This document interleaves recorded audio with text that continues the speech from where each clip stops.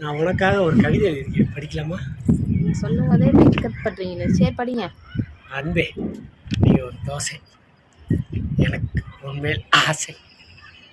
அன்பே நீ ஒரு இட்லி, உன் அண்ணன் தான் எனக்கு செட்லி.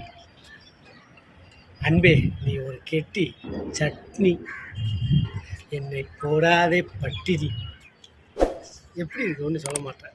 ரொம்ப அழகா இருக்கு, மேலே படிங்க. அழகே நீ ஒரு ஊத்தாப்பம். என்ன அப்போ? ஊத்தாப்பம். ம் உன்னை பார்த்தால் எனக்கு வருது ஏப்பம்.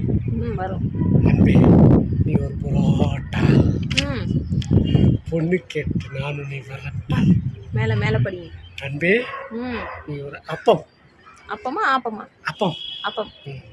ஏன்னா நம்ம ஒன்றா வாழ்ந்து பார்ப்போமா?